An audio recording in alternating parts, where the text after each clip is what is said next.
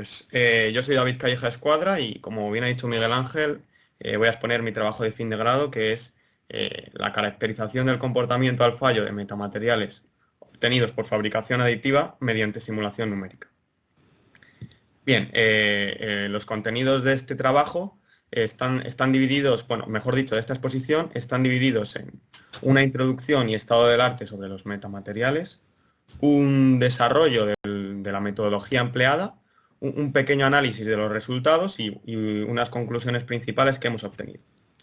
Bueno, para empezar, los metamateriales son unos materiales artificiales que sus propiedades físico-mecánicas difieren del material base que los compone y estas dependen de la geometría de la microestructura interna que es diseñada arbitrariamente por el diseñador. El auge de estos metamateriales sería impensable sin el auge, ¿no? sin el apogeo también de las impresoras 3D y estos tipos de sistemas de fabricación aditiva.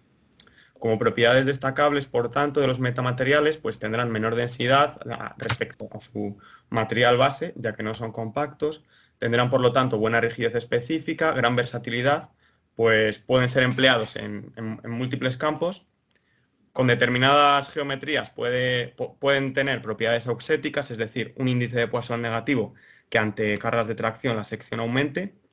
Se puede optimizar el diseño en las diversas zonas y son ideales para calcular mediante elementos finitos por su geometría.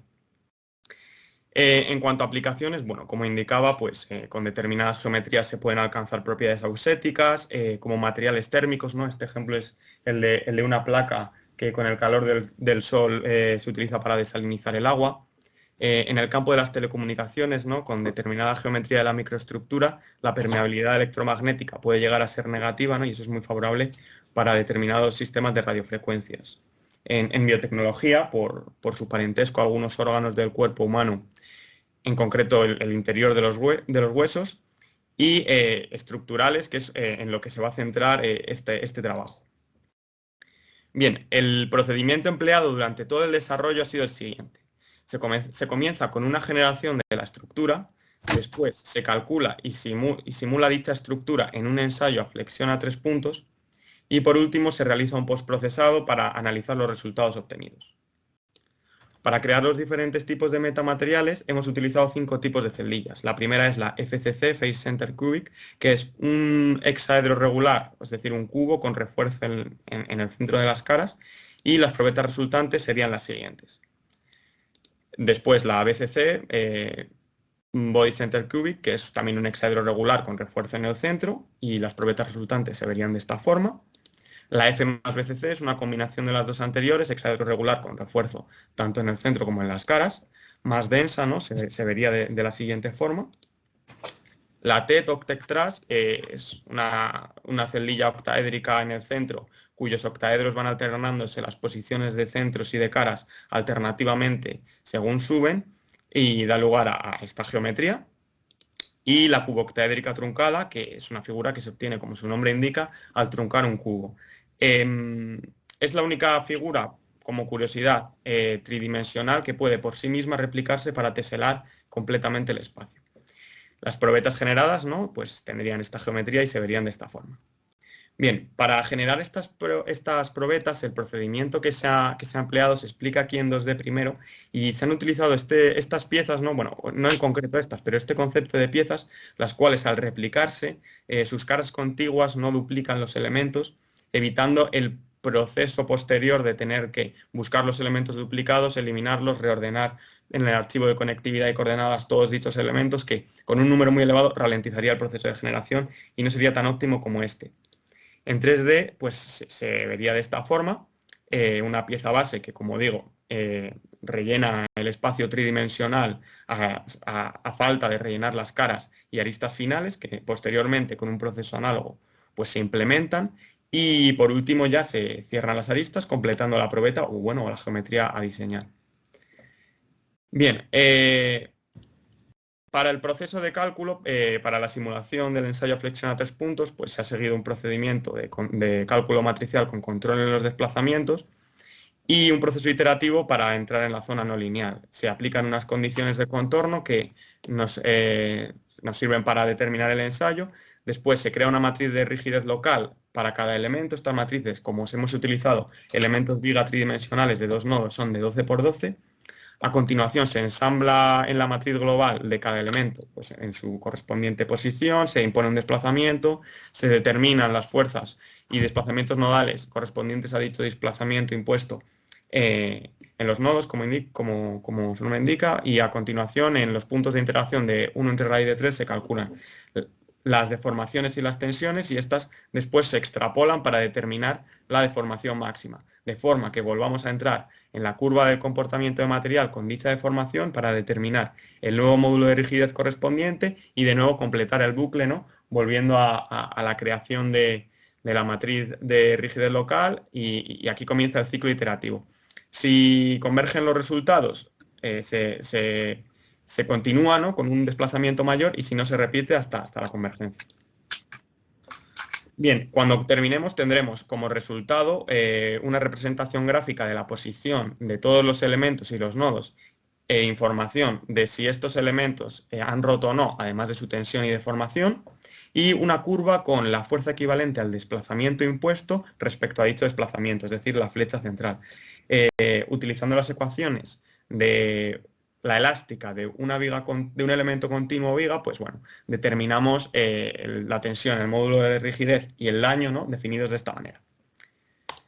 Bien, para los resultados hemos utilizado muchas variables, muchas combinaciones, vamos aquí a mostrar los principales, y la primera comparación va a ser entre tipos de materiales base utilizados. Como vemos, pues aquí tenemos dos tipos de comportamiento, ¿no? Un acero austenítico, un típico acero inoxidable, con una zona elástica, una zona de fluencia y luego un incremento de la tensión, pues por una acritud. Y luego un polímero, ¿no?, el cual va perdiendo tensión paulatinamente con la deformación a partir de un máximo. Bien, bueno, pues analizando los resultados macroscópicos que dan lugar para los diferentes tipos de celdilla empleando estos tipos de material, pues bueno, podemos observar cómo para el polímero existe un máximo claro, ¿no?, a partir del cual se reduce suavemente la tensión, y ese máximo es correspondiente a cuando la mayoría de elementos alcanzan su máximo de tensión y luego progresivamente empiezan a plastificar, ¿no?, suavizando esta curva. En el otro, en cambio, vemos que el máximo acrecenta un poco más, ¿no?, debido a esta zona de acritud, y luego posteriormente la ruptura no es tan suave, ¿no?, puesto que los elementos se encuentran en un momento de tensión máxima, a diferencia del polímero, en el cual la tensión ya es casi nula, y pasan de estar en su máxima tensión a tensión cero, rompiéndose las capas escalonadamente, ¿no?, y dando lugar a este resultado. Si utilizáramos muchas más capas acercándonos cada vez más a un elemento continuo, veríamos cómo esta curva se va suavizando y va quedando, pues eso, más continuo. Bien, respecto al daño, pues vamos aquí a exponer el desplazamiento necesario para causar un determinado daño por plasticidad, como se ha indicado. Como se puede observar, a un mayor número de celdillas, es decir, a una mayor densidad, la sensibilidad al daño es mayor, es decir, con un menor desplazamiento se alcanza un mayor daño, y esto lo podemos observar para los diferentes valores de daño, ¿no?, que representan las diferentes zonas de comportamiento del material. Bueno, respecto a la rigidez, podemos observar como todos los elementos, independientemente del tipo y variando consecuentemente de la misma forma, con el número de celdillas, tiene un comportamiento similar, es decir, una zona de rigidez máxima al inicio correspondiente a la zona elástica, y posteriormente un decaimiento por la plastificación. Además, si observamos la rigidez máxima obtenida para todas las probetas en función de los diferentes tipos de celdilla y de la densidad relativa de las mismas, aparece una correlación casi unívoca, casi perfecta, entre todas estas, que bueno, pues nos da lugar a esta relación lineal. La tensión máxima, como vemos, tiene un comportamiento más complejo, y esto es debido a, como indicábamos antes, al efecto contrapuesto de estos dos fenómenos. Es decir, con más celdillas, mayor densidad, existirá una rigidez máxima que dará lugar también a una máxima tensión, pero también con menos celdillas la sensibilidad al daño es menor, puesto que los elementos, al haber menos celdillas, son más grandes. Entonces, la tensión también es grande y tiene esta forma de bañero. Por último, para relacionar todas las variables, pues he realizado este mapa de calor en el cual se muestra la correlación y se reafirma cómo la densidad relativa y la rigidez máxima tienen una correlación casi perfecta de 0,98, gran correlación también entre los diferentes valores de daño, y también podemos observar cómo el tamaño de las celdillas está inversamente relacionado, lógicamente, con la densidad relativa, pues a mayor número de celdillas, mayor densidad, y por lo tanto también con la rigidez máxima. Además, como indicábamos, tiene gran correlación con los valores del daño.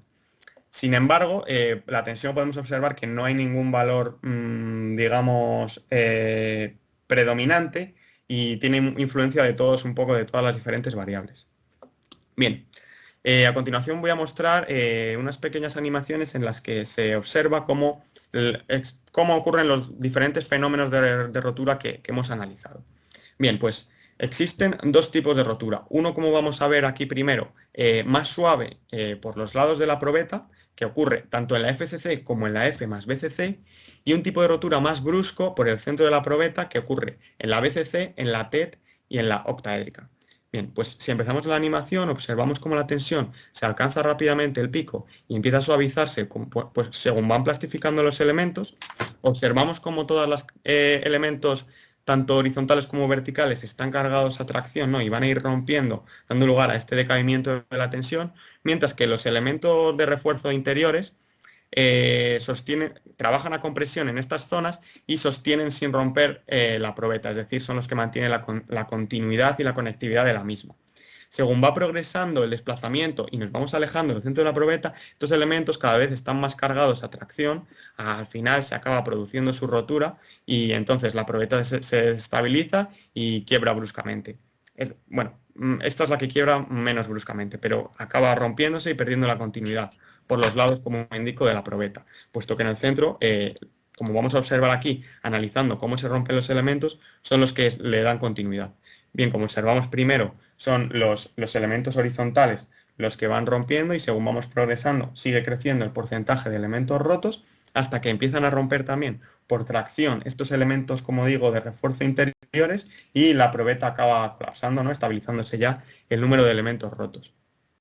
El otro caso es el de la ruptura brusca, en este caso el del TET, también observamos cómo se alcanza una tensión máxima y por plasticidad de los elementos empieza a decaer y de repente, bruscamente, porque rompen los elementos interiores, los de refuerzo no son capaces de mantener la conectividad de la probeta y la tensión se va a cero, ¿no?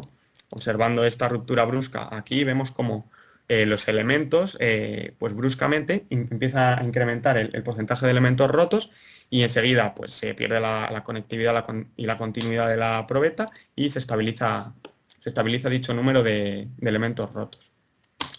Bueno, pues para concluir voy a exponer las principales conclusiones que hemos obtenido, que son que existen dos modos de rotura para las probetas, uno progresivo alejado del centro y uno brusco por el medio. Existe una mayor tolerancia al daño para elementos de mayor tamaño, es decir, para una misma sección con menor número de celdillas.